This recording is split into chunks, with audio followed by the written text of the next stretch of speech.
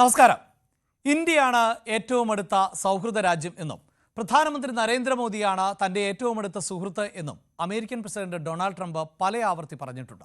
പക്ഷേ അതേ ട്രംപ് ഇപ്പോൾ കാലുമാരിയിരിക്കുകയാണ്. പ്രത്യേകിച്ച് ഇന്ത്യയിൽ നിന്ന് അമേരിക്കയിലേക്ക് ഇറക്കുമതി ചെയ്യുന്ന ഉൽപ്പന്നങ്ങൾക്ക് 25% അധിക തീരുവയും ഒപ്പം പിഴയും ചുമത്തും എന്നാണ് ഡൊണാൾഡ് ട്രംപ് പറഞ്ഞിട്ടുള്ളത്. ഈ പിഴ എത്ര ശതമാനം എന്നതിൽ ഇപ്പോഴും വ്യക്തതയില്ല. ഇന്ത്യയും റഷ്യയും തമ്മിലുള്ള സഹകരണം ആണ് ഡൊണാൾഡ് ട്രംപിനെ ചൊടിപ്പിച്ചത് എന്നാണ് മനസ്സിലാക്കാൻ സാധിക്കുന്നത്. മാത്രവുമല്ല, കഴിഞ്ഞ ദിവസമായിരുന്നു പഹൽഗാമുമായി ബന്ധപ്പെട്ട വിഷയം ലോക്സഭയിലും രാജ്യസഭയിലും ചർച്ചയ്ക്ക് വന്നത്. ആ ചർച്ചയുടെ മറുപടി എന്ന നിലയിൽ പ്രധാനമന്ത്രി നരേന്ദ്രമോദി ആവർത്തിച്ച് വ്യക്തമാക്കിയിട്ടുണ്ട്, ഇന്ത്യയും പാകിസ്ഥാനും തമ്മിലുള്ള വെടിനിർത്തലിൽ ആരും ഇടപെട്ടിട്ടില്ല എന്ന്. അതായത് ട്രംപിനെ പൂർണ്ണമായും തള്ളിക്കളയുന്ന നിലപാടാണ് സ്വീകരിച്ചത്. അതും ഒരു പക്ഷേ ട്രംപിന് തലവേദന സൃഷ്ടിച്ചിട്ടുണ്ടാകാം. എന്ത് തന്നെയാണ് എങ്കിലും ഇന്ത്യയെ സംബന്ധിച്ചിടത്തോളം ഇപ്പോഴത്തെ ട്രംപിൻ്റെ നീക്കം വളരെ പ്രധാനപ്പെട്ടതാണ്. കാരണം 2023-24 സാമ്പത്തിക വർഷത്തിൽ ഇന്ത്യയിൽ നിന്ന് അമേരിക്കയിലേക്കുള്ള കയറ്റുമതി പരിശോധിച്ചാൽ അത് ഇന്ത്യയുടെ ആകെ കയറ്റുമതിയുടെ 19%, 18% അധികം വരും എന്നുള്ളതാണ്. അതുമാത്രവുമല്ല, ഈ നീക്കം കേരളത്തെയും പ്രതികൂലമായി ബാധിക്കും. അതിന് കാരണം കേരളത്തിൽ നിന്ന് കയർ, കാപ്പി, തേയില, സുഗന്ധവ്യഞ്ജനങ്ങൾ, സുഗന്ധവ്യഞ്ജന സത്ത്, അതോടൊപ്പം തന്നെ റെഡിമെയ്ഡ് വസ്ത്രങ്ങൾ, അങ്ങനെ നിരവധിയായ ഉൽപ്പന്നങ്ങൾ ആണ് അമേരിക്കയിലേക്ക് കയറ്റി അയക്കുന്നത്. അപ്പോൾ നിരവധി വ്യാപാരികളെ ഇത് പ്രതികൂലമായി ബാധിക്കും. അങ്ങനെയെങ്കിൽ നിരവധി തൊഴിലാളികളെയും പ്രതിസന്ധിയിലാക്കുന്ന നീക്കമാണിത്. ഇത്തരം വാർത്തകളുടെ വിശദാംശങ്ങളിലേക്ക് കടക്കാം. അതിനു മുമ്പ് നോക്കാം ഇന്നത്തെ പ്രധാനപ്പെട്ട വാർത്തകൾ വളരെ വേഗത്തിൽ. റാപ്പർ വേടനെതിരെ ബലാത്സംഗ കേസ്. തൃക്കാക്കര പോലീസ് കേസെടുത്തത് യുവ ഡോക്ടറുടെ പരാതിയിൽ. വിവാഹ വാഗ്ദാനം നൽകി 3 വർഷത്തോളം പീഡിപ്പിച്ചുവെന്ന് പരാതി. ലഹരി ഉപയോഗിച്ച ശേഷവും പീഡനം. സാമ്പത്തിക ഇടപാടുകൾ നടന്നിട്ടുണ്ട് എന്നും സൂചന. പിന്മാറ്റം മാനസികമായി തളർത്തിയെന്നും യുവതി.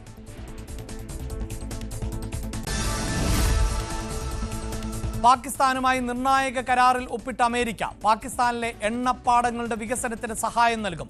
ഒരിക്കൽ പാകിസ്ഥാൻ ഇന്ത്യക്ക് എണ്ണ വിറ്റേക്കും എന്ന ട്രംപിന്റെ സോഷ്യൽ മീഡിയ പോസ്റ്റ്.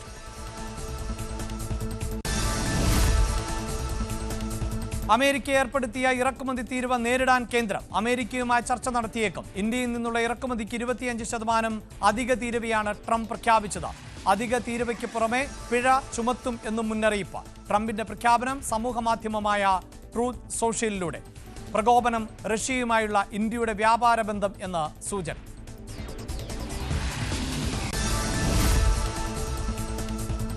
ഫലസ്തീനെ സ്വതന്ത്ര രാഷ്ട്രമായി അംഗീകരിക്കുമെന്ന് കാനഡ. പ്രഖ്യാപനം സെപ്റ്റംബറിൽ ഉണ്ടായേക്കും. നടപടി ജനാധിപത്യ പരിഷ്കാരങ്ങളെ ആശ്രയിച്ചാകുമെന്ന് മാർക്ക് കാർണി.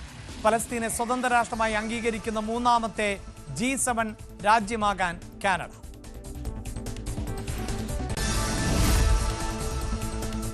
റഷ്യയിലെ കംചട്ക ഉപദ്വീപിൽ ഉണ്ടായ ഭൂചലനത്തെ തുടർന്ന് പസഫിക് മേഖലയിൽ ആകെ നിലനിന്ന സുനാമി ആശങ്ക ഒഴിയുന്നു. ജപ്പാനിലും റഷ്യയിലും ഹവായിലും സുനാമി മുന്നറിയിപ്പുകൾ പിൻവലിച്ചു. ഇന്നലെ റഷ്യയിലെ കംചട്കയിൽ ഉണ്ടായ ഭൂചലനം റിക്ടർ സ്കെയിലിൽ 8.8 തീവ്രത രേഖപ്പെടുത്തിയിരുന്നു. 1952 ശേഷം ഈ പ്രവിശ്യയിൽ ഉണ്ടായ ഏറ്റവും ശക്തമായ ഭൂചലനമായിരുന്നു.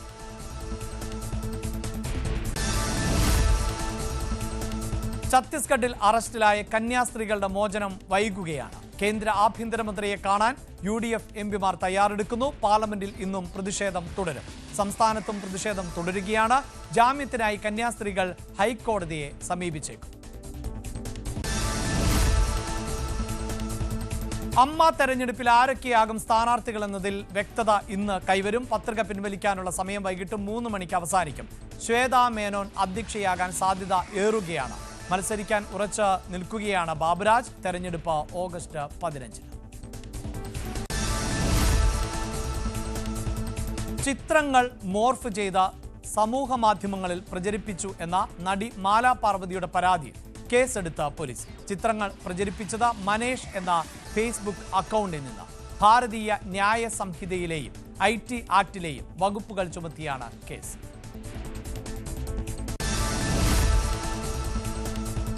സംസ്ഥാനത്തെ ട്രോളിംഗ് നിരോധനം ഇന്ന് അർദ്ധരാത്രി അവസാനിക്കും. ജൂൺ 10 അർദ്ധരാത്രി ആരംഭിച്ച മൺസൂൺ കാല ട്രോളിംഗ് അവസാനിക്കുന്നത് 52 ദിവസത്തിന് ശേഷമാണ്. ഇടവേളയ്ക്ക് ശേഷം കടലിൽ പോകാനുള്ള ഒരുക്കത്തിൽ ആണ് മത്സ്യത്തൊഴിലാളികൾ. ധർമ്മസ്ഥലയിൽ മണ്ണ് മാറ്റിയുള്ള പരിശോധന ഇന്നും തുടരും. കഴിഞ്ഞ ദിവസത്തെ പരിശോധനയിൽ സംശയകരമായ വസ്തുക്കൾ ലഭിച്ചിരുന്നു. ചുവപ്പ് നിറമുള്ള blouse, ATM card, Aadhaar card എന്നിവയാണ് കണ്ടെത്തിയത്. ആധാർ കാർഡിൽ ലക്ഷ്മി എന്ന പേരും ATM കാർഡ് പുരുഷന്റേത് എന്നും ആക്ഷൻ കമ്മിറ്റി അഭിഭാഷകൻ മഞ്ജുനാഥ പറയും.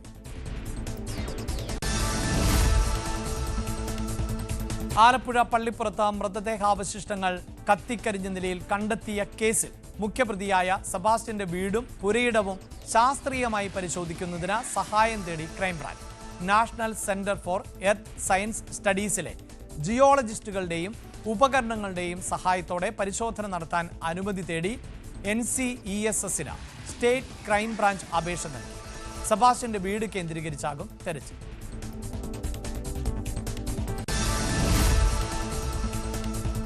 കോൺഗ്രസ് നേതാവ് രാഹുൽ മാങ്കൂട്ടത്തിലിന് എതിരെ ഇടുക്കിയിലെ യൂത്ത് കോൺഗ്രസ് പ്രതിനിധികൾ സംസ്ഥാന അധ്യക്ഷൻ ഏകാധിപതിയെപ്പോലെ പെരുമാറുന്നു എന്ന് ജില്ലാ നേതൃസംഗമത്തിൽ വിമർശനം. തെരഞ്ഞെടുപ്പ് ജയിച്ചതോടെ രാഹുൽ സംഘടനയുടെ കാര്യത്തിൽ ഇടപെടുന്നില്ല. വയനാട് ദുരിതാശ്വാസത്തിൽ വീട് നിർമ്മിക്കാൻ ഏകപക്ഷീയമായ തീരുമാനമെടുത്തുവെന്നും രാഹുലിന് എതിരെ ആരോപണം. പയ്യന്നൂർ CPIMലെ വിഭാഗീയതയിൽ ജില്ലാ കമ്മിറ്റി അംഗം V. കുഞ്ഞികൃഷ്ണനെതിരെ ശാസന. TI മധുസൂദനൻ MLAക്കെതിരെ വസ്തുതാവിരുദ്ധ ആരോപണം ഉന്നയിച്ചു എന്ന് കണ്ടെത്തി. സംഘടനാ സമ്മേളനങ്ങളിലെ വിഭാഗീയ മത്സരത്തിന് പിന്തുണ നൽകി എന്നും വിലയിരുത്തലുണ്ട്. MV ഗോവിന്ദൻ പങ്കെടുത്ത ജില്ലാ കമ്മിറ്റി യോഗത്തിൽ ആണ് നടപടി.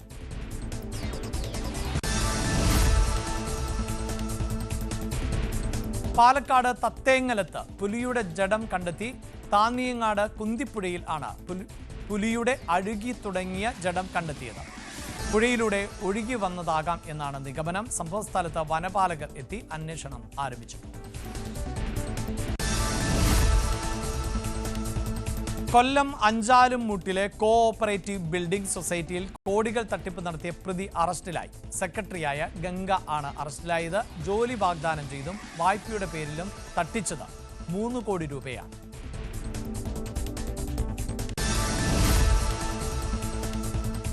തിരുവനന്തപുരം ജവഹർ നഗറിലെ കോടികളുടെ വീട് തട്ടിപ്പിലെ മുഖ്യപ്രതിയും കോൺഗ്രസ് നേതാവുമായ അനന്തപുരി മണികണ്ഠന്റെ മൊഴി പുറത്ത്. വ്യാജ ഇടപെടലിലൂടെ വസ്തു കൈക്കലാക്കിയ ചന്ദ്രസേനന്റെ മരുമകനു വേണ്ടിയാണ് തട്ടിപ്പ് നടത്തിയത് എന്നാണ് വെളിപ്പെടുത്തൽ.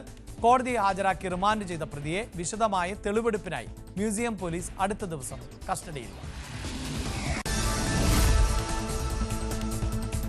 ഇന്ത്യ ഇംഗ്ലണ്ട് അവസാന ടെസ്റ്റ് ഇന്ന് ഓവലിൽ. പരമ്പര സമനിലയിലാക്കാൻ ഇന്ത്യക്ക് ജയം അനിവാര്യമാണ്. ബെൻ സ്റ്റോക്സ് കളിക്കില്ല. ഒലി പോപ്പ് ഇംഗ്ലണ്ടിനെ നയിക്കും.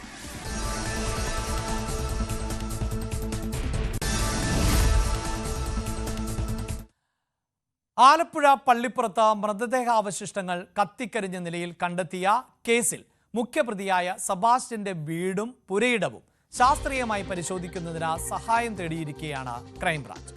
National centre for earth science സ്റ്റഡീസിലെ ജിയോളജിസ്റ്റുകളുടെയും ഉപകരണങ്ങളുടെയും സഹായത്തോടെ പരിശോധന നടത്താൻ അനുമതി തേടി NCESSന് സ്റ്റേറ്റ് ക്രൈംബ്രാഞ്ച് അപേക്ഷ നൽകിയിട്ടുണ്ട്.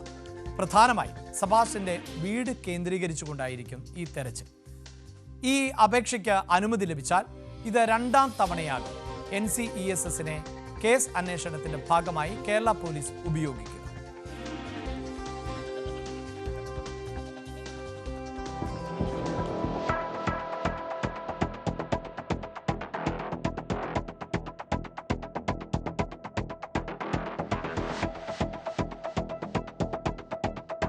നിസാമുദ്ദീൻ എന്ന 15 വയസ്സുകാരനെ കാണാതായ സംഭവത്തിന്റെ ദുരൂഹതയുടെ ചുരുളഴിക്കാനാണ് കേരള പോലീസ് ആദ്യമായി NCSSലെ ജിയോളജിസ്റ്റുകളുടെ സഹായം തേടുന്നത്. കുട്ടിയെ ഏറ്റവും ഒടുവിൽ കണ്ട പുരയിടത്തിലായിരുന്നു ഭൂമിക്കടിയിലേക്ക് 25 മീറ്റർ വരെ സ്കാൻ ചെയ്യാനാകുന്ന പക്ഷേ 1 ഏക്കറോളം സ്ഥലം പരിശോധനയ്ക്ക് വിധേയമാക്കേണ്ടി വരുമെന്നതിനാൽ വിജയകരമായി ഈ സംവിധാനം അന്ന് ഉപയോഗിക്കാൻ കഴിയാതെ പോയി.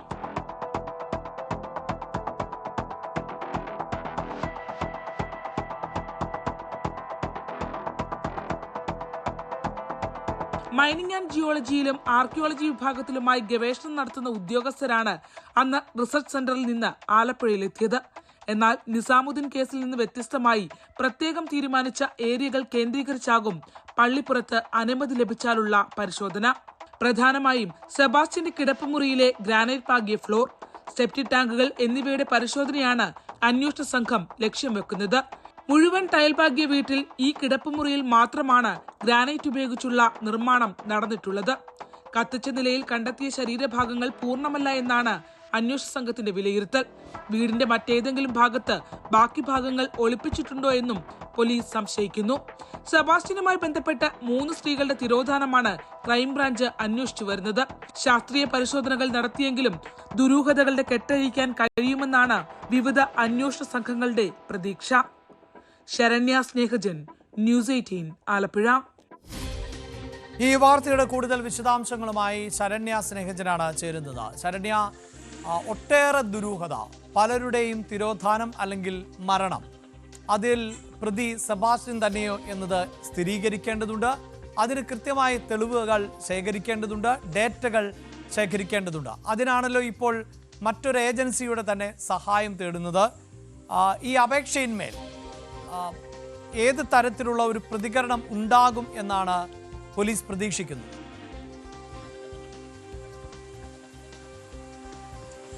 അഭിലാഷ്, ഇത് വളരെയധികം ദുരൂഹതയുള്ളൊരു കേസാണ് എന്നുള്ളതാണ്.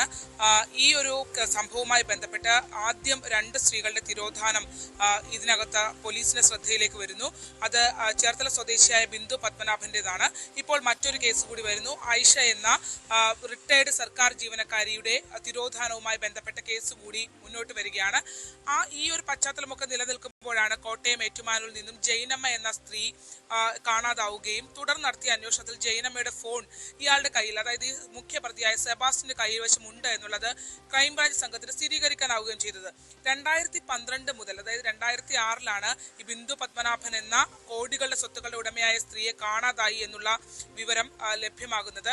അതിനുശേഷം പിന്നീട് അത്തരത്തിലുള്ള ചില പ്രതിസന്ധികൾ, അതായത് ഈ കേസുമായി ബന്ധപ്പെട്ട ചില വിഷയങ്ങൾ അവരുടെ ശ്രദ്ധയിലേക്ക് വരികയും ചെയ്യുന്നു. അങ്ങനെയാണ് ഈ ജൈനമ്മയുടെ കേസ് ഇപ്പോൾ പോലീസിന്റെ മുന്നിലേക്ക് വരികയും മൃതദേഹാവശിഷ്ടങ്ങൾ കണ്ടെത്തുകയും ചെയ്തിട്ടുള്ളത്. അഭിലാഷ്, അതിലാണ് ഇപ്പോൾ ഇങ്ങനെ ഒരു നടപടിക്രമങ്ങളിലേക്ക് പോലീസ് കടക്കുന്നത്. അതായത് ആ വീട്ടിൽ നിന്ന് കിട്ടിയിട്ടുള്ളത് മുഴുവനായ ശരീരഭാഗങ്ങളല്ല എന്നുള്ളതാണ് വ്യക്തമാക്കിയിട്ടുള്ളത്. പക്ഷേ കാലാവസ്ഥ കുറച്ച് പ്രശ്നമാണ്, എനിക്കൊന്ന് മാറി നിൽക്കേണ്ടതായി. തീർച്ചയായും, അതായത് ഇപ്പോൾ ശരണ്യാണ് ഈ വാർത്തയുടെ വിശദാംശങ്ങൾ നൽകുന്നത്. ആലപ്പുഴയിലൊക്കെ ഇപ്പോൾ മഴ പെയ്യുന്നു എന്നാണ് മനസ്സിലാക്കേണ്ടി വരുന്നത്. അതുകൊണ്ട് തന്നെ ശരണ്യയ്ക്ക് ഈ വാർത്തയുടെ തുടർച്ച നൽകാൻ സാധിക്കും. പ്രേക്ഷകരോട് എടുത്തു പറയേണ്ടത്, ശരണ്യ സൂചിപ്പിക്കുന്നത് പോലെ ഒട്ടേറെ ദുരൂഹത, ഇത് വളരെ വിചിത്രമായ ഒരു കേസ് തന്നെയാണ്. ഒരു പക്ഷേ ഇലന്തൂരിലെ നരബലിയൊക്കെയാണ് ഇതിനു മുമ്പ് മലയാളികളെ സംബന്ധിച്ചിടത്തോളം ഇങ്ങനെ ഒരു ഓർമ്മ വരിക എന്ന് തോന്നുന്നു.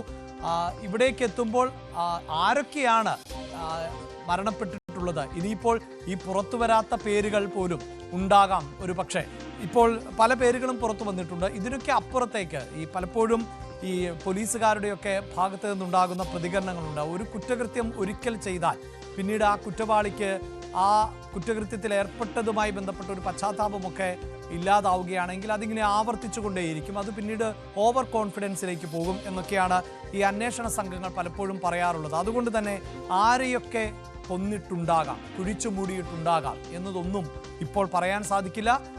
ഒരു പക്ഷേ ദുരൂഹമായ ഒട്ടേറെ കാര്യങ്ങളുടെ ചുരുളഴിക്കാൻ ഇത്തരം ഏജൻസികളെ കൊണ്ട് സാധിച്ചേക്കാം. ശരണ്യ, തീർച്ചയായും ഈ സൂചിപ്പിക്കുന്ന പോലെ പല കാലഘട്ടം ആണ്, പല ആളുകൾ ആണ്. അതുകൊണ്ട് തന്നെ തെളിവുകൾ എന്നത് അങ്ങേയറ്റം പ്രധാനപ്പെട്ടതാണ്. അത് തെളിയിക്കുക എന്നതും അങ്ങേയറ്റം ശ്രമകരമാണല്ലോ.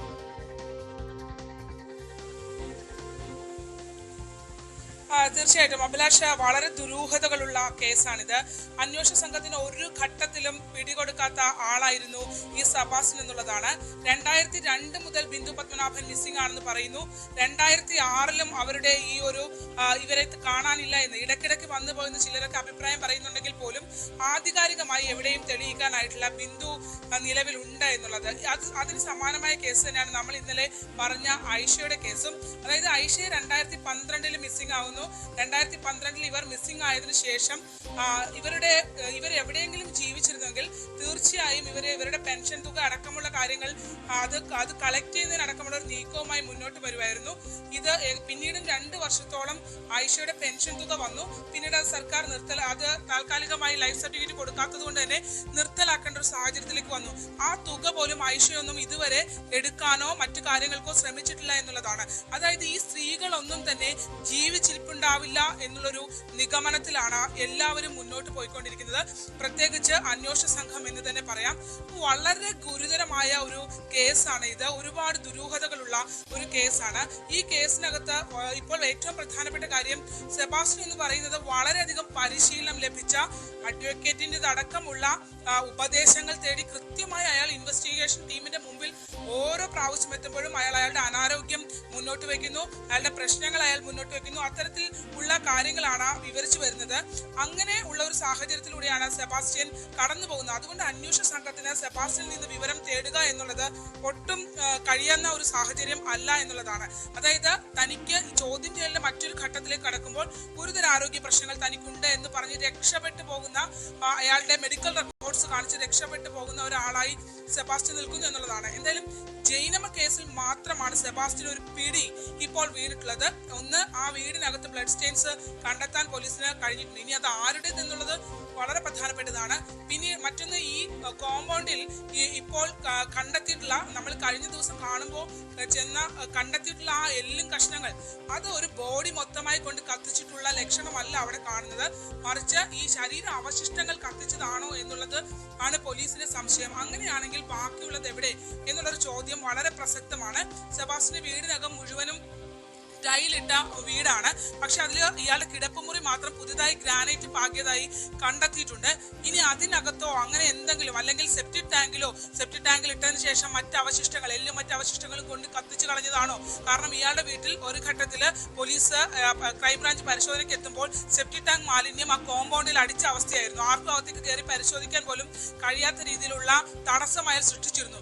ഇനി ആ രീതിയിലൊക്കെ എന്തെങ്കിലും നീക്കം, അല്ലെങ്കിൽ ദൃശ്യ മോഡൽ ആളുകളെ, ഈ അന്വേഷണ സംഘത്തെ വഴിതിരിച്ചു വിടാനുള്ള നീക്കമാണ്. വളരെ അധികം കണ്ണിങ് ആയി കാര്യങ്ങളെ ഒരു കൈകാര്യം ചെയ്തുകൊണ്ട് പോകുന്ന ഒരാളാണ് സെബാസ്റ്റ്യൻ എന്നുള്ളതാണ്. അതുകൊണ്ട് പോലീസ് ഇപ്പോൾ ഇതിനകത്ത് ഒരു ശാസ്ത്രീയമായ പരിശോധനയിലേക്ക് കടക്കാമെന്നാണ് കരുതുന്നത്. നമുക്കറിയാം, എനിക്കൊന്ന് ഇന്ത്യയിലെ തന്നെ ഈ NCSSനെ ഉപയോഗിച്ചുകൊണ്ടുള്ള ഒരു പരിശോധന, അതായത് ശാസ്ത്രീയമായി ആർക്കിയോളജി ഡിപ്പാർട്ട്മെന്റിലെ ഉദ്യോഗസ്ഥരെ ഉപയോഗിച്ചുകൊണ്ട് അവരുടെ സ്കാനിങ് സംവിധാനങ്ങളൊക്കെ കൊണ്ടുവന്ന് ഏകദേശം 25 മീറ്റർ വരെ ഭൂമിക്കടിയിലേക്ക് ഈ ശരീരാവശിഷ്ടങ്ങൾ ഉണ്ടെങ്കിൽ കണ്ടെത്താൻ കഴിയുന്ന ഒരു സംവിധാനത്തെ ഉപയോഗിച്ചുകൊണ്ടുള്ള പരിശോധനയിലേക്ക് വേണ്ടിയുള്ള റിക്വസ്റ്റ് ആണ് ഇപ്പോൾ ക്രൈംബ്രാഞ്ച് കൊടുത്തിരിക്കുന്നത്. നമുക്ക് ഇതിനു മുമ്പ് കേരള പോലീസ് ആദ്യമായി, അതായത് ഈ ആർക്കിയോളജി പുരാവസ്തു ഗവേഷണവും ഒക്കെയായി ബന്ധപ്പെട്ടുള്ള ഈ പരിശോധനകൾ ആദ്യമായി ഇതിനെ ഇത്തരത്തിലും കൂടി ഉപയോഗിക്കാം എന്നുള്ള രീതിയിലേക്ക് കേരള പോലീസ് ആദ്യമായി ഈ ഒരു കേസ്, ഈ ഒരു വിഭാഗത്തെ അന്വേഷണത്തിന്റെ ഭാഗമായി കൂട്ടുന്നത് ആലപ്പുഴയിലെ തന്നെ കേസാണ്. അതും ഒരു തിരോധാന കേസായിരുന്നു. 15 വയസ്സുകാരനായ നിസാമുദ്ദീനെ കാണാതായി വർഷങ്ങൾ കഴിയുന്നു. ആ കുട്ടി എവിടെ എന്ന് ആർക്കും കണ്ടെത്താൻ കഴിഞ്ഞിട്ടില്ല. ആ കേസിലാണ് ക്രൈംബ്രാഞ്ച് ആദ്യമായി, ആലപ്പുഴ ക്രൈംബ്രാഞ്ച് റിക്വസ്റ്റ് കൊടുത്തിട്ട് ഈ NCSന്റെ സഹായം തേടുന്നത്. അന്ന് പക്ഷെ അവർക്കൊരു പരിമിതി ഉണ്ടായിരുന്നു. അതായത് ഇത് ഈ എക്യുപ്മെന്റ്സ് അത്ര വലിപ്പമുള്ള എക്യുപ്മെന്റ്സ് അല്ല, ചെറിയ എക്യുപ്മെന്റ്സ് ആണ്. ആളുകൾ കൊണ്ടുനടന്നാണ് ഇത് സ്കാൻ ചെയ്ത് പോകുന്നത്. അപ്പൊ ഈ 1 ഏക്കറിന് മേളിൽ സ്ഥലം അന്ന് ആ കോമ്പൗണ്ടിൽ പരിശോധന നടത്തുന്ന കോമ്പൗണ്ടിൽ ഉണ്ടായിരുന്നു. അതുകൊണ്ട് തന്നെ അവിടുത്തെ ഒരു പരിശോധന അന്ന്, ഈ സംശയമുള്ള സ്ഥലത്തെ പരിശോധന വിജയകരമായി പൂർത്തീകരിക്കാൻ അവർക്ക് കഴിഞ്ഞില്ല. പക്ഷേ ഒരു സ്പെസിഫിക് ഏരിയ കൃത്യമായി കണ്ടെത്തി ആ സ്പെസിഫിക് ഏരിയ ഇവർക്ക് കൊടുക്കുകയാണെങ്കിൽ അത് കണ്ടെത്താനാകും എന്നുള്ള ഒരു വിശ്വാസമാണ് അന്വേഷണ സംഘത്തിനുള്ളത്. അതിനുവേണ്ടിയുള്ള റിക്വസ്റ്റിനായാണ് ഇപ്പോൾ NCSSനെ സമീപിച്ചിട്ടുള്ളത്. മാത്രമല്ല തിരുവനന്തപുരത്തുള്ള ഹെഡ്ക്വാർട്ടേഴ്സിൽ ക്രൈംബ്രാഞ്ച് അപേക്ഷ നൽകിയിട്ടുണ്ട്. അങ്ങനെയാണെങ്കിൽ ഈ കേസിലേക്ക് കടക്കുകയാണെങ്കിൽ വളരെ ബുദ്ധിമാനായ ഒരു ക്രിമിനൽ വാസനയുള്ള ഒരാളാണ് സെബാസ്റ്റ്യൻ എന്നുള്ളത് ഇപ്പോൾ തന്നെ അന്വേഷണ സംഘത്തിന് മനസ്സിലായിട്ടുണ്ട്. കാരണം ഇയാളെ ചോദ്യം ചെയ്യുന്ന ഘട്ടത്തിൽ ഇയാളെ നുണപരിശോധനയ്ക്ക് വിധേയനാക്കണം എന്നുള്ളത് പോലീസ് ആവശ്യപ്പെട്ടിരുന്നു. അന്ന് ഇയാൾ കോടതിയെ സമീപിച്ച് അറിയിച്ചത് തനിക്ക് ഹൃദയ സംബന്ധമായ തകരാറുണ്ട്, അതുകൊണ്ട് നുണപരിശോധനയ്ക്ക് വിധേയനാകാൻ പറ്റില്ല എന്ന് പറഞ്ഞുകൊണ്ട് കോടതിയിൽ നിന്ന് അനുകൂലമായ വിധി സമ്പാദിക്കുകയൊക്കെ ചെയ്തിട്ടുള്ള ആളാണ്. മാത്രമല്ല ഒരു സ്ത്രീയെ കാണാതാകുന്നു, അവരുടെ കോടിക്കണക്കിന് രൂപ വിലമതിപ്പുള്ള സ്വത്തുക്കൾ വ്യാജ പവർ ഓഫ് അറ്റോർണിയും വ്യാജ രജിസ്ട്രേഷന് വേണ്ടി ആ സ്ത്രീയെ പോലെ മറ്റൊരു സ്ത്രീയെ കൊണ്ടുവന്ന് രജിസ്ട്രേഷൻ നടത്തി അടക്കമുള്ള കേസുകൾ നടത്തിയിട്ടും ആ കാര്യങ്ങൾ കൃത്യമായി പിടിച്ചിട്ടും ബിന്ദു പത്മനാഭന്റെ കേസിൽ മറ്റു രീതിയിൽ ബിന്ദുവിന് എന്തെങ്കിലും സംഭവിച്ചു എന്ന് കണ്ടെത്താൻ ഇതുവരെ പോലീസിന് കഴിഞ്ഞിട്ടില്ല എന്നുള്ളതാണ്. ക്രൈംബ്രാഞ്ചിനും കഴിഞ്ഞിട്ടില്ല. ചേർത്തല പോലീസ് അത് സംബന്ധിച്ച് നിരവധി ആക്ഷേപങ്ങൾ നിലനിൽക്കുന്നുണ്ട്. കാരണം കോടിക്കണക്കിന് രൂപയുടെ സ്വത്തുക്കൾ തുക ലഭ്യമായ ഇയാൾ പോലീസിനെ നന്നായി സ്വാധീനിച്ചിരുന്നു ആ ഘട്ടത്തിൽ എന്നുള്ള രീതിയിലുള്ള വലിയ ആക്ഷേപങ്ങൾ ഈ കേസുമായി ബന്ധപ്പെട്ട് ചേർത്തല പോലീസിനെ സംബന്ധിച്ച് നിലനിൽക്കുകയും ചെയ്യുന്നുണ്ട്. അതിനുശേഷമാണ് ക്രൈംബ്രാഞ്ചിലേക്കൊക്കെ ഈ കേസ് വരുന്നത്. ആ കേസ് ക്രൈംബ്രാഞ്ചിലേക്കൊക്കെ എത്തുന്ന ഘട്ടത്തിൽ തന്നെ ഇയാൾക്ക് ഇതെല്ലാം തേച്ച് മായ്ച്ച് കളയാൻ പറ്റുന്ന രീതിയിലുള്ള ഒരു സാഹചര്യത്തിലേക്ക് വന്നിട്ടുണ്ട്. എന്തായാലും ഈ 3 സ്ത്രീകൾ, ഈ ഐഷയാണെങ്കിലും ഐഷ വാങ്ങിയ ഒരു ലാൻഡുമായി ബന്ധപ്പെട്ട് ഇയാള് ദല്ലാൽ കൂടിയായ ഇയാളുമായിട്ടുള്ള ഇടപാടുകൾ നടന്നിട്ടുണ്ട് എന്നുള്ള കണക്കുകൂട്ടലുണ്ട്. ബാങ്കിലേക്ക് പോകുന്നു എന്ന് പറഞ്ഞ ഐഷയാണ് പിന്നീട് കാണാതാവുകയും ചെയ്തിട്ടുള്ളത്. വാങ്ങിയ സ്ഥലത്തിന്റെ മുഴുവൻ തുകയും ഉടമയ്ക്ക് ലഭ്യമായിരുന്നില്ല എന്നുള്ള അടക്കമുള്ള വിവരങ്ങൾ പിന്നീട് സ്ഥിരീകരിക്കാനും കഴിഞ്ഞിട്ടുണ്ട്. അതുകൊണ്ട് ഇതുമായി കണക്ട് ആവുന്ന കേസ് ആയതുകൊണ്ട് തന്നെയാണ് ഇപ്പോൾ ഐഷയുടെ കേസും കൂടെ ചേർത്ത് വെച്ച് പോലീസ് അന്വേഷണം നടത്തിക്കൊണ്ടിരിക്കുന്നത്. DNA സാമ്പിൾ ഇതിൽ പ്രധാനപ്പെട്ടത് ബിന്ദു പത്മനാഭന്റെ കുടുംബത്തിൻ്റെതടക്കമുള്ള DNA സാമ്പിളുകൾക്ക് വേണ്ടിയുള്ള മറ്റ് നടപടിക്രമങ്ങളിലേക്ക് പോലീസ് കടക്കുന്നു എന്നുള്ളതാണ്. അവിടെ നിന്ന് കിട്ടിയ 150ഓളം അസ്ഥികളിൽ ശരീരത്തിന്റെ പ്രധാനപ്പെട്ട അസ്ഥികളൊന്നും ഇല്ല എന്നുള്ളതാണ്. ചെറിയ ചെറിയ കഷ്ണങ്ങളാണ് കിട്ടിയിട്ടുള്ളത്. താടിയലിന്റെ ഒരു ഭാഗം കിട്ടിയിട്ടുണ്ട്. അത്തരത്തിലാണ് കിട്ടിയിട്ടുള്ളത്. അതുകൊണ്ട് തന്നെ ഇതിൽ ഒരു വളരെ DNA പരിശോധന അടക്കം വളരെ ശ്രമകരമാണ്. ഓരോന്നും ആരുടേതാണെന്നുള്ള രീതിയിൽ പരിശോധിക്കേണ്ടി വരുന്ന ഒരു അവസ്ഥയൊക്കെ ഉണ്ട് എന്നുള്ളതാണ്. ബ്ലഡ് സ്റ്റെയിൻസിലും ഇത് DNA പ്രൊഫൈൽ നോക്കേണ്ടതുണ്ട്. അത്തരം ഒരുപാട് കാര്യങ്ങൾ ഈ കേസിനകത്ത് കിടക്കുന്നു. ഇതിനകത്ത് ഏറ്റവും പ്രധാനപ്പെട്ട അഭിലാഷ, ഇത്രയും സംഭവങ്ങൾ കയ്യിൽ കിട്ടുമ്പോഴും അന്വേഷണ സംഘത്തിന് കയ്യിൽ കിട്ടുമ്പോഴും സെബാസ്റ്റ്യൻ ഒരു അടി അതിനകത്ത് നിന്ന് തനിക്ക് അറിയില്ല ജൈനമേ എന്നുള്ള ഒറ്റ നിലപാടിലാണ് അയാൾ നിൽക്കുന്നത് എന്നുള്ളതാണ്. അതിൽ നിന്ന് ഒരടി അയാൾ മാറുന്നുമില്ല. കടുത്ത പ്രമേഹ രോഗി കൂടിയാണ്. കാലിനൊക്കെ പ്രശ്നങ്ങളുണ്ട്. ഈ കാര്യങ്ങളൊക്കെ കൃത്യമായി മുതലാക്കി തന്നെയാണ് ഇയാൾ ക്രൈംബ്രാഞ്ചിന്റെ മുമ്പിൽ ഇപ്പോൾ നിൽക്കുന്നത്. എന്നാലും കസ്റ്റഡി അപേക്ഷയ്ക്ക് വേണ്ടി 10 ദിവസത്തെ കസ്റ്റഡി അപേക്ഷയ്ക്ക് വേണ്ടി ഇന്ന് അത് പരിഗണിക്കുന്നുണ്ട്. അഭിലാഷ്, തീർച്ചയായും ഒരു പക്ഷേ ഈ കുറ്റകൃത്യങ്ങൾ ചെയ്തിട്ടുള്ള ആൾ ആണ് സെബാസ്റ്റ്യൻ എങ്കിൽ ഇതിൽ നിന്നൊഴിഞ്ഞു മാറാനും ഒരു പരിധിവരെയെങ്കിലുമൊക്കെ ഈ ചോദ്യങ്ങൾക്ക് മുന്നിൽ പിടിച്ചു നിൽക്കാനും സെബാസ്റ്റ്യന് സാധിക്കും. അതുകൊണ്ട് തന്നെയാണ് ശാസ്ത്രീയമായ പരിശോധന ഇതിൽ വളരെ പ്രധാനപ്പെട്ടതാകുന്നത്. ജിയോളജിക്കൽ ഉദ്യോഗസ്ഥരുടെ ഉൾപ്പെടെയുള്ള സേവനം അതുകൊണ്ട് തന്നെയാണ് ക്രൈംബ്രാഞ്ച് തേടുകയും ചെയ്യുന്നത്. സെബാസ്റ്റ്യന്റെ പുരയിടത്തിൽ രഹസ്യമായിട്ടുള്ള ആ മൃതദേഹങ്ങൾ ആരുടേത് എന്നത് കണ്ടെത്താനാണ് ശ്രമമെങ്കിൽ അടുത്തതായി ന്യൂസ് 18 ഫോളോ ചെയ്യുന്ന ന്യൂസ് 18 തന്നെ പ്രേക്ഷകരിലേക്ക് ആദ്യം എത്തിക്കുകയും പിന്നീട് അതുമായി ബന്ധപ്പെട്ട നിരവധിയായ ഡെവലപ്മെൻറ്റുകൾ ഉണ്ടാവുകയും ചെയ്ത വാർത്തയുടെ തുടർച്ചയിലേക്കാണ്. നിരവധി പേരെ കൊലപ്പെടുത്തി കുഴിച്ചിട്ടു എന്ന് സംശയിക്കുന്ന കർണാടകത്തിലെ ധർമ്മസ്ഥലയിൽ മണ്ണ് കുഴിച്ച പരിശോധന നടത്തുന്നത് അതീവ രഹസ്യ സ്വഭാവത്താൽ ആണ്. നമുക്കറിയാം, ആ പ്രദേശത്തിൻ്റെ ദൃശ്യങ്ങളടക്കമൊക്കെ നേരത്തെ തന്നെ പ്രേക്ഷകരിലേക്ക് ന്യൂസ് 18 എത്തിച്ചതാണ്. KV ബൈജു ആ വനപ്രദേശത്ത് നിന്നുള്ള റിപ്പോർട്ടുകളൊക്കെ നൽകിയതാണ്. പക്ഷേ അവിടെ ഇപ്പോൾ മണ്ണ് കുഴിക്കുമ്പോൾ നിർണായകമാകുന്ന തെളിവുകൾ ആണ് ലഭിച്ചുകൊണ്ടിരിക്കുന്നത് ഈ അന്വേഷണ സംഘത്തിന്. അതുകൊണ്ട് തന്നെ അതിൻ്റെ വിശദാംശങ്ങളൊന്നും തന്നെ ഇപ്പോൾ പുറത്തേക്ക് വിടുന്നില്ല. ഇത്തരം വിവരങ്ങൾ പുറത്തു പോകാതിരിക്കാൻ SIT ഉദ്യോഗസ്ഥർക്ക് DGP കർശന നിർദ്ദേശം നൽകിയിട്ടുണ്ട് എന്നാണ് മനസ്സിലാക്കുന്നത്. ശുചീകരണ തൊഴിലാളി ചൂണ്ടിക്കാട്ടുന്ന മുഴുവൻ ഇടങ്ങളും പരിശോധിക്കുകയും ചെയ്യും. അതോടൊപ്പം തന്നെ സ്വകാര്യ വ്യക്തികളുടെ എസ്റ്റേറ്റുകളിൽ മൃതദേഹങ്ങൾ കുഴിച്ചിട്ടു എന്ന് ഈ ശുചീകരണ തൊഴിലാളി പറയുന്ന ഒരു സാഹചര്യത്തിൽ അത് സ്വകാര്യ വ്യക്തികളുടെ ഇടമാണ്. അവിടേക്ക് അങ്ങനെ അനുമതിയൊന്നുമില്ലാതെ കയറി പരിശോധിക്കുക എന്നത് സാധ്യമല്ല. ഒരുപക്ഷെ ഈ സ്വകാര്യ ആളുകൾ കേസൊക്കെ കൊടുത്താൽ വലിയ പ്രതിസന്ധി ഉണ്ടാകും. അതുകൊണ്ട് തന്നെ അവിടെ അനുമതി തേടിയതിന് ശേഷം പരിശോധന നടത്തും എന്നുള്ളതാണ് വിവരം. ഇപ്പോൾ KV ബൈജു ആണ് ഈ വാർത്തയുടെ വിശദാംശങ്ങളുമായി ചേരുന്നത്. ബൈജു, നേത്രാവതി പുഴ ഇപ്പോഴും അവിടെ ഒഴുകുന്നു. ഒരുപക്ഷെ ആ പുഴയാണ് ഇതിനെല്ലാം സാക്ഷിയെന്ന് നമുക്ക് ആലങ്കാരികമായി പറയേണ്ടി വരും. ആ പുഴയുടെ തീരത്താണ് ഇപ്പോഴും ബൈജു ഉള്ളത്. ഒട്ടേറെ ദുരൂഹതകൾ ആണ് ഇനി മറനീക്കേണ്ടത്. അതിൻ്റെ തുടക്കം ആരംഭിച്ചു എന്ന് തന്നെയാണല്ലോ നമുക്ക് പറയേണ്ടി വരുന്നത്. ചില നിർണായകമായ വിവരങ്ങളൊക്കെ ഇതിനോടകം തന്നെ ലഭിച്ചു കഴിഞ്ഞു എന്നാണോ മനസ്സിലാക്കേണ്ടത്?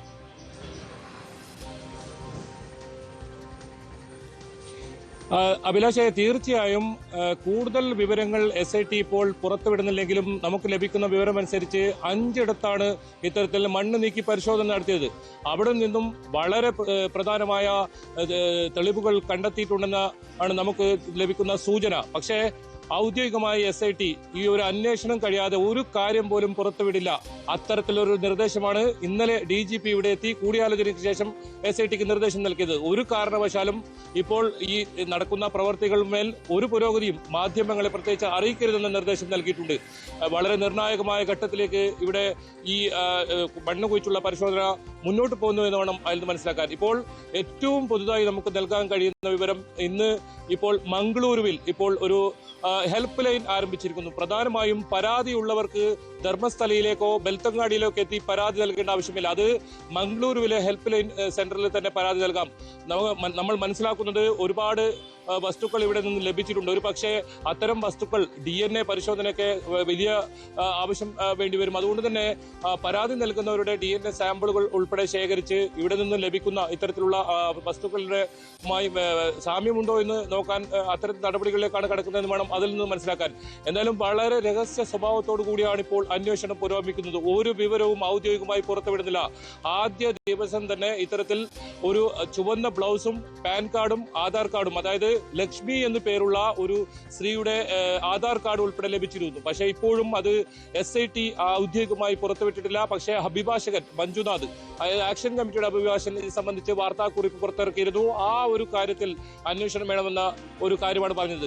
നേരത്തെ അഭിലാഷ് സൂചിപ്പിച്ചതുപോലെ തന്നെ ഈ എസ്റ്റേറ്റുകളിൽ പല ഉന്നതരുടെയും എസ്റ്റേറ്റുകളിൽ ഇത്തരത്തിൽ മൃതദേഹം കുഴിച്ചിട്ടിട്ടുണ്ട്. അതായത് 14ാമത്തെ നമ്പർ ഇത്തരത്തിലൊരു എസ്റ്റേറ്റിലേക്കാണ് അടയാളപ്പെടുത്താൻ SIT നീങ്ങിയിരുന്നത്. പക്ഷേ ഇപ്പോൾ തീരുമാനം അത് കോടതിയുടെ ഉത്തരവോടുകൂടി മാത്രമേ അത്തരം സ്വകാര്യ വ്യക്തികളുടെ എസ്റ്റേറ്റുകളിലും പറമ്പുകളിലും എല്ലാം കിളച്ച് പരിശോധന നടത്തേണ്ടതുള്ളൂ എന്നാണ്. എനിക്ക് പിന്നിൽ കാണുന്ന സ്ഥലം അതാണ് ഇന്ന് വളരെ പ്രധാനം. ഇന്ന് ഇവിടെ 8 മുതൽ 12 വരെ ഉള്ള മാർക്ക് ചെയ്ത സ്ഥലം എന്നെ പിറകിൽ കാണുന്ന നേത്രാവതി പുഴയുടെ വനമേഖലയോട് ചേർന്ന് റോഡിനോട് ചേർന്ന് കിടക്കുന്ന സ്ഥലമാണ്. അവിടെയാണ് ഇന്ന് മണ്ണ് കിളച്ചുള്ള പരിശോധന. ഒരു പക്ഷേ JCB ഉൾപ്പെടെ എത്തിക്കാൻ കഴിയുന്ന സൗകര്യമുള്ള വനത്തോട് ചേർന്നാണെങ്കിലും റോഡിന് സമീപമാണ് സ്ഥലം. അതായത് വാഹനങ്ങളിലും മറ്റും ഇത്തരത്തിൽ മൃതദേഹങ്ങൾ ഇയാളെ ഏൽപ്പിച്ചു, അതിനുശേഷം അവിടെ കുഴിച്ചിട്ടു. ഇതാണ് മൊഴി. ആ സ്ഥലം കൃത്യമായി മാർക്ക് ചെയ്തിട്ടുണ്ട്. അവിടെ 4ഓളം സെന്ററുകൾ റോഡിൽ നിന്നും കാണാൻ തക്ക രീതിയിൽ തന്നെയാണ് അടയാളപ്പെടുത്തിയിട്ടുള്ളത്. അതായത് 8 മുതൽ 9, 10, 11 ഇത് റോഡിൽ നിന്നും കാണാം. അത്ര അരികിലാണ്, റോഡിന്റെ അരികിലാണ് ആ മൃതദേഹം കുഴിച്ചിട്ടു എന്ന് പറയുന്ന സ്ഥലം. അവിടെയാണ് ഇന്ന് പരിശോധന നടക്കേണ്ടത്. 11 മണിയോടുകൂടി സംഘം എത്തും, ആ പ്രദേശം പരിശോധിക്കും. എന്തായാലും ഇപ്പോൾ ലഭിക്കുന്ന ഒരു വിവരവും പുറത്തു നൽകുന്നില്ല. കാരണം അത് മറ്റേതെങ്കിലും തരത്തിലുള്ള സംഘർഷാവസ്ഥയിലേക്ക് ഉൾപ്പെടെ ഇടയാക്കും എന്ന ഒരു നിഗമനമുണ്ട്. കൂടുതൽ പോലീസിന് ധർമ്മസ്ഥലയിലും പരിസര പ്രദേശങ്ങളിലും വിന്യസിച്ചിട്ടുണ്ട്. ഒരു വിവരവും പുറത്തുവിടുന്നില്ല. ഇതിനിടയിൽ തന്നെ ഈ വിഷയം രാഷ്ട്രീയമായ ഒരു പോരിലേക്ക് ഇപ്പോൾ എത്തിയിരിക്കുന്നു. തീവ്ര ഹിന്ദു സംഘടനകൾ ഈ SIT അന്വേഷണത്തെ എതിർത്തുകൊണ്ട് ഇപ്പോൾ രംഗത്ത് വന്നിരിക്കുന്നു എന്നാണ് ഏറ്റവും പ്രധാനം. അതായത് ശ്രീരാമസേനയാണ് ഇപ്പോൾ, പ്രമോദ് മുത്തലക്കാണ് ഇപ്പോൾ അത്തരത്തിലുള്ള ഒരു പ്രസ്താവന പറഞ്ഞത്. SIT അന്വേഷണം ആവശ്യമില്ല ധർമ്മസ്ഥലയിൽ എന്നൊരു പ്രസ്താവന അദ്ദേഹം ഇപ്പോൾ പുറത്തുവിട്ടിരിക്കുന്നു. ഈ അന്വേഷണം തുടങ്ങി 2 ദിവസം പിന്നിട്ടപ്പോൾ തന്നെ എന്തിനാണ് ഇത്തരത്തിലുള്ള ഒരു പ്രസ്താവനയുമായി ശ്രീരാമസേന തലവൻ എത്തിയെന്ന കാര്യത്തിൽ ഒരു സംശയമുണ്ട്. അത്തരത്തിൽ വലിയ തോതിൽ ഇപ്പോൾ ഇവിടെ അന്വേഷണം പുരോഗമിക്കുന്നു. ഒന്നാം ദിവസം 1ാമത്തെ പോയിന്റിൽ നിന്ന് ലഭിച്ച വസ്തുക്കൾ അത് ശാസ്ത്രീയമായ പരിശോധന നടത്താൻ വേണ്ടി ഇപ്പോൾ തീരുമാനിച്ചിരിക്കുന്നു. എങ്ങനെയാണ് ഈ ലക്ഷ്മി എന്ന് പറയുന്ന ഈ സ്ത്രീയുടെ ഈ ID കാർഡ് അവിടെ എത്തി? മൃതദേഹ ഭാഗങ്ങളൊന്നും ഇവരുടെ ലഭിച്ചിട്ടില്ല 1ാമത്തെ പോയിന്റ് എന്നാണ് മനസ്സിലാക്കുന്നത്. 3ഉം 4ഉമാണ് വളരെ നിർണായക പരിശോധന നടന്ന സ്ഥലം. ആ ഒരു 4ാമത്തെ പോയിന്റിൽ നടന്ന പരിശോധന DGP നേരിട്ട് ഇവിടെ എത്തുന്നു. ഒരു മുന്നറിയിപ്പുമില്ലാതെ, നേരത്തെ അറിയിക്കാതെ പെട്ടെന്നാണ് DGP ഇവിടെ എത്തുന്നതും ഇന്നലെ ഉച്ചയോടുകൂടിയാണ് DGP എത്തുന്നതും. ഈ 4ാമത്തെ പോയിന്റിൽ അദ്ദേഹം എത്തി ഈ അന്വേഷണ പുരോഗതി വിലയിരുത്തി. അത് കഴിഞ്ഞ് ഉന്നത ഉദ്യോഗസ്ഥരുമായി കൂടിയാലോചന നടത്തി. ആ കൂടിയാലോചനയാണ് ഇത്തരത്തിൽ ഒരു വിവരങ്ങളും പുറത്തു പോകരുന്ന കർശന നിർദ്ദേശം നൽകിയിരിക്കുന്നത്. അത് ഇവിടെ ഈ തൊഴിലെടുക്കാൻ വരുന്ന, അതായത് കുഴിയെടുക്കാൻ വരുന്ന ആളുകൾക്ക് പോലും അത്തരത്തിലുള്ള നിർദ്ദേശം നൽകിയിട്ടുണ്ട്. വളരെ രഹസ്യാത്മകമായ രീതിയിലാണ് ഈ ധർമ്മസ്ഥലയിലെ പരിശോധന നടക്കുന്നത്. നിർണായകമായ വിവരങ്ങൾ ലഭിച്ചിട്ടുണ്ടെന്ന് തന്നെയാണ് നമ്മൾ മനസ്സിലാക്കുന്നതും. പക്ഷേ ഈ ഘട്ടത്തിൽ അന്വേഷണം വളരെ പ്രാരംഭഘട്ടത്തിൽ എന്നാണ് DGP പറഞ്ഞത്. അത് വളരെ ശരിയാണ്. വലിയൊരു ഗൗരവമുള്ള ആരോപണമാണ്, വെളിപ്പെടുത്തലാണ്. ആ വെളിപ്പെടുത്തലിൽ ദിവസങ്ങളോളം വേണ്ടിവരും അന്വേഷണം. പെട്ടെന്ന് കയറിയുള്ള ഇത്തരത്തിൽ എന്തെങ്കിലും വസ്തുക്കൾ കിട്ടിയാൽ തന്നെ അതെല്ലാം അപ്പോൾ മാധ്യമങ്ങളെ അറിയിക്കുകയും പിന്നീട് അത് വലിയ രീതിയിൽ ഈ കേസ് അട്ടിമറിക്കാനുള്ള സാധ്യതയിലേക്കൊക്കെ നീങ്ങുമെന്ന് മനസ്സിലാക്കിയത് കൊണ്ടാണ് ഈ കാര്യം ഒന്നും തന്നെ ഇപ്പോൾ പുറത്തു ഇല്ല എന്ന ഒരു തീരുമാനത്തിലെത്തിയത്. എന്നാലും ലഭിക്കുന്ന വസ്തുക്കൾ കൃത്യമായി ഫോറൻസിക് പരിശോധനയ്ക്ക് അയക്കുന്നു എന്നാണ് നമുക്ക് മനസ്സിലാക്കാൻ സാധിക്കുന്നത്. ഏതൊക്കെ വസ്തുക്കൾ എന്തൊക്കെ ലഭിച്ചു എന്ന കാര്യത്തിൽ SITയുടെ ഭാഗത്തു നിന്നും ലഭിച്ചാൽ മാത്രമേ നമ്മൾ ഈ വാർത്ത സംരക്ഷണം ചെയ്ത് തുടങ്ങുന്ന ഘട്ടത്തിൽ തന്നെ സൂചിപ്പിച്ചതാണ്, ഈ വാർത്തയുടെ ഫ്ലോ തന്നെ നിലയ്ക്കാനുള്ള സാധ്യതയുണ്ട്. കാരണം എല്ലാ തരത്തിലുമുള്ള സമ്മർദ്ദങ്ങളുണ്ട്.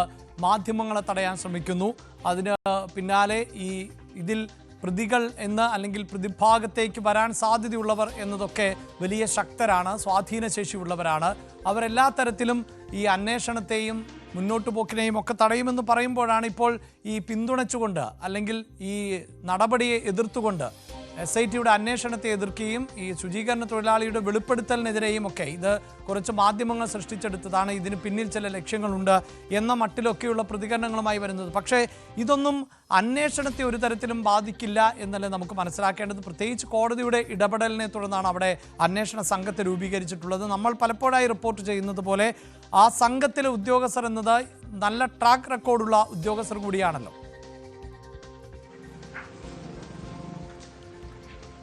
തീർച്ചയായും, പ്രത്യേകിച്ച് DGP പ്രണബ് മൊഹന്തി അദ്ദേഹം ഈ ഒരു അന്വേഷണ തലവനായി വേണമെന്ന ആവശ്യം ഉന്നയിച്ചത് തന്നെ ആക്ഷൻ കമ്മിറ്റിയാണ്. ഈ കാര്യത്തിൽ കൃത്യമായ അന്വേഷണം നടക്കുന്നുണ്ട് എന്നതിന് ഏറ്റവും വലിയ തെളിവാണ് ഈ ശുചീകരണ തൊഴിലാളിയുടെ മൊഴി. അത് പൂർണ്ണമായും വിശ്വാസത്തിലെടുത്തുകൊണ്ടാണ് ഈ അന്വേഷണം മുന്നോട്ട് പോകുന്നത്. അത് ഇന്നലെ രാവിലെ നേത്രാവതി പൊടിയോരത്ത് ഈ ശുചീകരണ തൊഴിലാളിയും കൊണ്ട് ഈ സംഘം എത്തിയപ്പോൾ തന്നെ നമ്മൾ മനസ്സിലാക്കിയതാണ്. കാരണം ഇദ്ദേഹത്തെ അവിടെ എത്തിക്കുന്നു, അരമണിക്കൂറോളം ഇദ്ദേഹവുമായി കൂടിക്കാഴ്ച നടത്തുന്നു. ഇദ്ദേഹം എന്താണോ ഇത് സംബന്ധിച്ച് നിർദ്ദേശം നൽകുന്നു അതിനനുസരിച്ച് ഉദ്യോഗസ്ഥർ ഈ പരിശോധന തുടരുന്നു. അത് തന്നെയാണ് ഈ SITയെ സംബന്ധിച്ചിടത്തോളം ഏറ്റവും പ്രധാനം. SITയിലെ ഉദ്യോഗസ്ഥർ അഭിലാഷ് സൂചിപ്പിച്ചതുപോലെ തന്നെ മികച്ച ഈ കഴിവ് തെളിയിച്ച ഒരുപാട് കേസുകൾ തെളിയിച്ച ഉദ്യോഗസ്ഥരാണ്. അതുകൊണ്ടായിരിക്കാം ഒരുപക്ഷെ തുടക്കത്തിൽ തന്നെ ഇത്തരത്തിലുള്ള SIT അന്വേഷണം തടയാനുള്ള ഒരു നീക്കം ഇപ്പോൾ വന്നിരിക്കുന്നത്.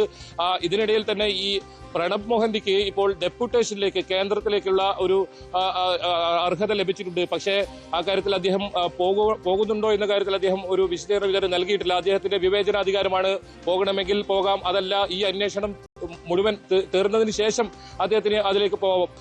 ഇനി കർണാടക DGP ആയ പ്രണബ് മൊഹന്തി ആ സ്ഥാനത്ത് മാറുകയാണെങ്കിൽ പുതിയൊരു അന്വേഷണ സംഘ തലവൻ ഇതിൽ വരും. അപ്പോഴും മികച്ച ഉദ്യോഗസ്ഥരുടെ ഒരു സംഘമാണ് ഇവിടെ പരിശോധന കൃത്യമായി നടത്തുന്നത്. അത് വളരെ രഹസ്യാത്മകമായാണ് നടക്കുന്നത്. ദേശീയ ചാനൽ ഉൾപ്പെടെ എല്ലാ ചാനലുകളും ധർമ്മസ്ഥലിലുണ്ട്. പക്ഷേ ഒരു വിവരം പോലും പുറത്ത് വരുന്നില്ല എന്നതാണ് അതിൽ ഏറ്റവും പ്രധാനം. ഇന്നലെ ആദ്യ ദിവസം ഇത്തരത്തിൽ പരിശോധന നടത്തിയപ്പോൾ ലഭിച്ച വസ്തുക്കൾ അത് ഇന്നലെയാണ് പുറത്തു വന്നത്. അതും അഭിഭാഷകർ ഇത്തരത്തിൽ വാർത്താക്കുറിപ്പ് ഇറക്കിയപ്പോഴാണ് അത് അത്തരം വിവരങ്ങൾ പുറത്തു വന്നത്.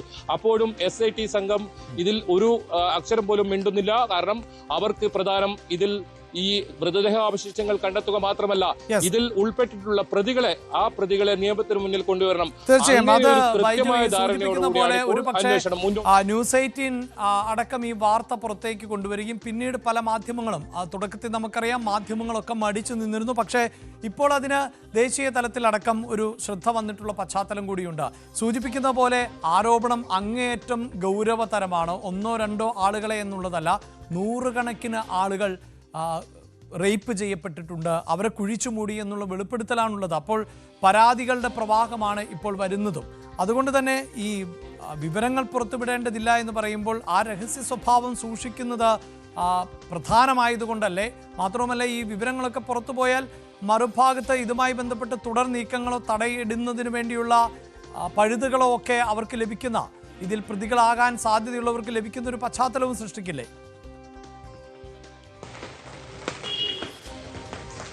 തീർച്ചയായും, അതുകൊണ്ട് തന്നെയാണ് അത്തരത്തിലുള്ള ഒരു അന്വേഷണവുമായി SIT മുന്നോട്ട് പോകുന്നത്. ഇതിലേതെങ്കിലും തരത്തിൽ അഭിലാഷ് സൂചിപ്പിച്ചതുപോലെ രണ്ട് കാര്യങ്ങളുണ്ട്. ഒന്ന്, ഈ കേസ് അട്ടിമറിക്കാൻ ഉൾപ്പെടെ വലിയ ശക്തികൾ പിന്നിൽ പ്രവർത്തിച്ചേക്കാം. അതിനുമപ്പുറം ഇത് ഒരു പക്ഷേ അഭിലാഷ് സൂചിപ്പിച്ചതുപോലെ നമ്മൾ ചിന്തിക്കുന്നതിനും അപ്പുറമുള്ള ഒരു കാര്യമാണ്.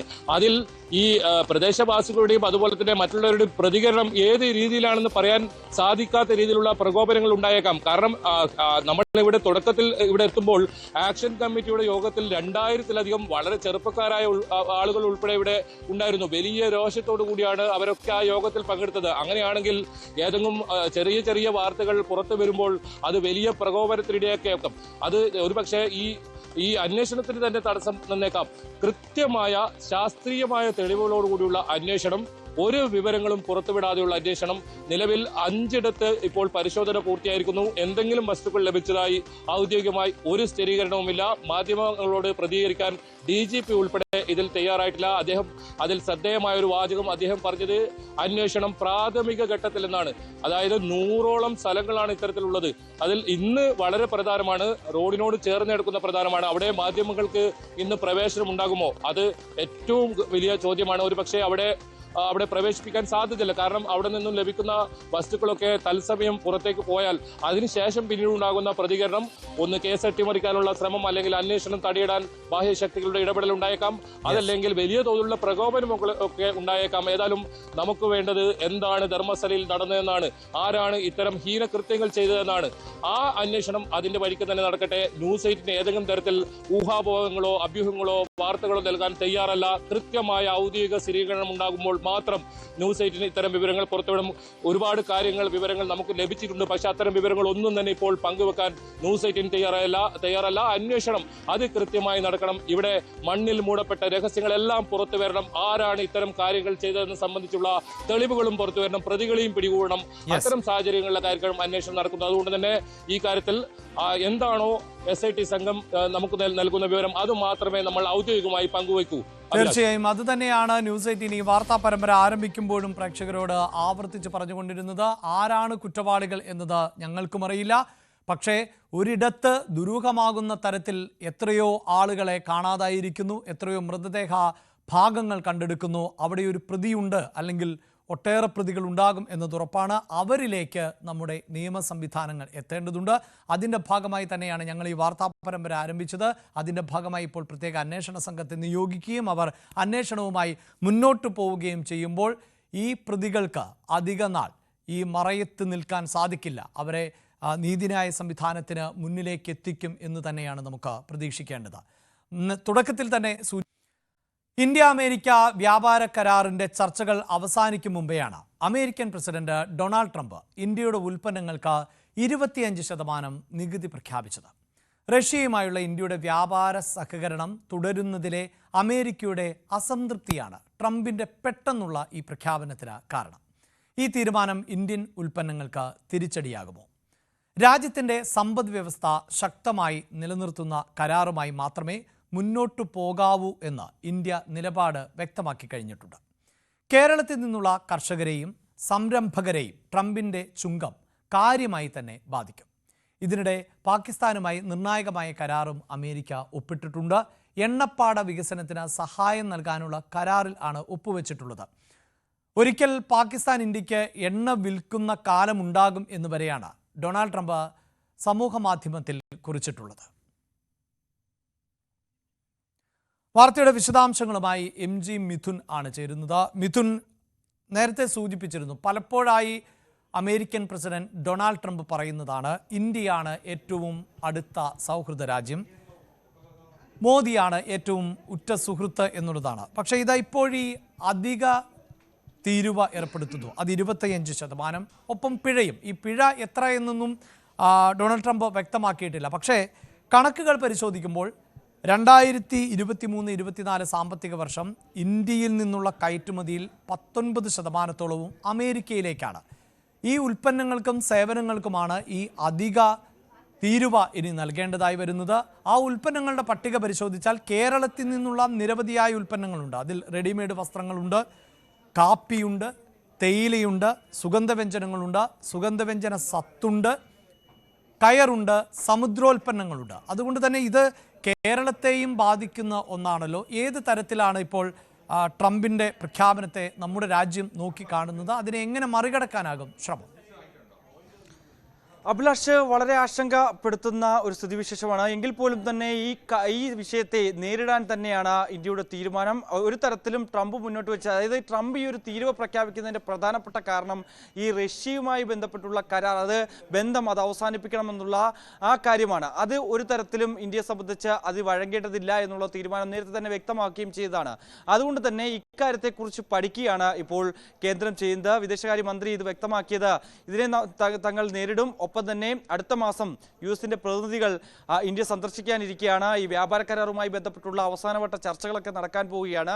ഈ സമയത്ത് ഈ കാര്യങ്ങൾ, ഈ തീരുവയുമായി ബന്ധപ്പെട്ടുള്ള കാര്യങ്ങൾ അത് നീട്ടിവെക്കണം എന്നുള്ള ആവശ്യം മുന്നോട്ട് വയ്ക്കുകയും ചെയ്യും. ഒപ്പം തന്നെ നാളെയാണ് ഈ ഒരു തീരുവ ചുങ്കം ഇത്തരത്തിൽ നിലവിൽ വരികയും ചെയ്യുന്നത്. അതിനു മുന്നോടിയായി തന്നെ വീണ്ടും ഇത് നീട്ടിവെക്കാനുള്ളൊരു സാഹചര്യം ഉണ്ടാകുമെന്നുള്ള ഒരു പ്രതീക്ഷയിലാണ് എന്തായാലും സംരംഭകരും ഒപ്പം തന്നെ വ്യവസായ മേഖലയൊക്കെ തന്നെ ഉള്ളത് എന്നുള്ളത് തന്നെയാണ്. ഇന്ന് പ്രധാനമന്ത്രി നരേന്ദ്രമോദി ഒരുപക്ഷെ ഡൊണാൾഡ് ട്രംപുമായി സംസാരിച്ചേക്കും ഇക്കാര്യവുമായി ബന്ധപ്പെട്ട് എന്നടക്കമുള്ള വിവരങ്ങൾ കൂടി പുറത്തു വരികയും ചെയ്യുന്നുണ്ട്. അതേസമയം ഇത് ഏതൊക്കെ മേഖലയാണ് ഇന്ത്യയെ സംബന്ധിച്ച് ഇത് ബാധിക്കാൻ പോകുന്നത് എന്നുള്ളതാണ് ഏറ്റവും പ്രധാനപ്പെട്ട കാര്യം. അത് എങ്ങനെ നേരിടുമെന്നുള്ളത് കൂടി നമുക്ക് പരിശോധിക്കേണ്ടിയിരിക്കുന്നു. അതായത് ഈ ബാധിക്കുന്ന മേഖലകൾ എന്ന് പറയുന്നത് ആരോഗ്യ മേഖല, ഒപ്പം തന്നെ ആഭരണങ്ങൾ, ഇന്ത്യൻ നിർമ്മിത വാഹനങ്ങൾ, വസ്ത്രവിപണി, കാർഷിക മേഖല, ഇലക്ട്രോണിക് ഉൽപ്പന്നങ്ങൾ എന്നീ മേഖലകളിലാണ് ഇത് ഏറ്റവും കൂടുതൽ ബാധിക്കാൻ പോകുന്നത്. ഈ ചുങ്കം ഏർപ്പെടുത്തുന്നതിലൂടെ ഉണ്ടാകാൻ പോകുന്നത്, അതായത് 25% തീരുവ പ്രഖ്യാപിച്ചിരിക്കുന്നത്. പക്ഷേ ഓരോ ഉൽപ്പന്നങ്ങളുടെയും മൂല്യം അനുസരിച്ചായിരിക്കും ഇതിൻ്റെ ഒരു ആകത്തുക കണക്കാക്കേണ്ടിയിരിക്കുന്നത്. കാരണം ഈ പിഴ കൂടി ചുമത്തുമെന്ന് പറഞ്ഞിട്ടുണ്ട്. അങ്ങനെയെങ്കിൽ ഒരുപക്ഷെ 25 എന്ന് പറയുന്നത് ഒരു 50% മുകളിലേക്ക് വരാനുള്ള ഒരു സാധ്യത കൂടി നമുക്ക് തള്ളിക്കളയാനായില്ല. ചിലപ്പോൾ അതിന് മുകളിലേക്ക് വരാനുള്ള സാധ്യത കൂടി ഈ ഒരു ഘട്ടത്തിലുണ്ട് എന്നുള്ളത് തന്നെയാണ്. ഓരോ ഉൽപ്പന്നങ്ങളുടെ മൂല്യം അനുസരിച്ചായിരിക്കും ഈ പിഴയൊക്കെ കണക്കാക്കുക എന്നുള്ളതാണ് ഏറ്റവും പ്രധാനപ്പെട്ട കാര്യം. ഒന്ന് ആരോഗ്യ മേഖലയിലാണ്, അതായത് ഈ മരുന്നുകൾ, ബാൻഡേജുകൾ, മാസ്കുകൾ, സർജിക്കൽ ഉപകരണം, ഇവയൊക്കെ ഇന്ത്യയിൽ നിന്ന് അമേരിക്കയിലേക്ക് കയറ്റി അയക്കുന്നതാണ്. ഇവയ്ക്ക് അധിക തീരുവ ഏർപ്പെടുത്തുന്ന തരത്തിലേക്ക് കാര്യങ്ങൾ പോവുകയും ചെയ്യും. അങ്ങനെയെങ്കിൽ അത് വലിയ രീതിയിൽ ബാധിക്കുകയും ചെയ്യും. മറ്റൊന്ന് ആഭരണങ്ങളാണ്, അതായത് സ്വർണം, മുത്തുകൾ, കരകൗശല വസ്തുക്കൾ എന്നിവയ്ക്കും ഈ ഒരു അധിക തീരുവ അത് വലിയ രീതിയിൽ കാര്യമായി ബാധിക്കുകയും ചെയ്യും. ഒപ്പം തന്നെ മറ്റൊന്ന് ഇന്ത്യൻ നിർമ്മിത വാഹനങ്ങളാണ്, അതായത് ഈ വാഹനങ്ങളുടെ കയറ്റുമതിയെ വലിയ രീതിയിൽ ബാധിക്കും.